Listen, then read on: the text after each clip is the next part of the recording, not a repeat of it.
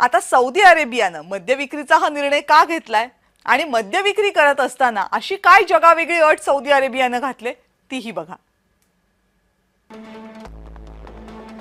पूर्वी काय परिस्थिती होती?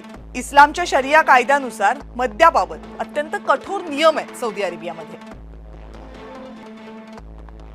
मद्य उत्पादन करणं, मद्याची आयात करणं, विक्री करणं किंवा मद्य बाळगणं यावर प्रचंड कठोर प्रतिबंध आहेत। मद्यधुंद अवस्थेमध्ये जर कुणी आढळलं तर त्याला कठोर शिक्षा म्हणजे काय? एकतर फाशी नाहीतर जेल। आता नवा नियम काय सांगतो? नवा नियम सांगतो की गैर मुस्लिम परदेशी नागरिकांना मद्य खरेदीला परवानगी मिळू शकते,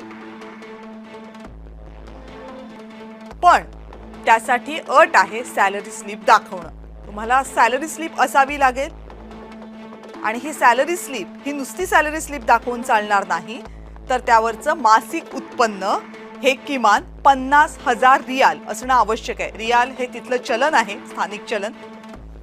आता 50,000 रियाल म्हणजे किती? भारतीय रुपयामध्ये जर त्यांना आपण बदललं तर साधारण 11 ते 12 लाखांचं उत्पन्न, म्हणजे महिन्याला जर 12 लाख रुपये पगार असेल तर तिथे दारू विकत घेता येऊ शकते। रियादमधल्या एकमेव अधिकृत दुकानात ही दारू मिळेल आणि तेही फक्त ठराविक प्रकाराचीच। भविष्यामध्ये जेद्दा आणि धारांमध्ये सुद्धा ही मद्याची दुकानं उघडण्याची शक्यता आहे।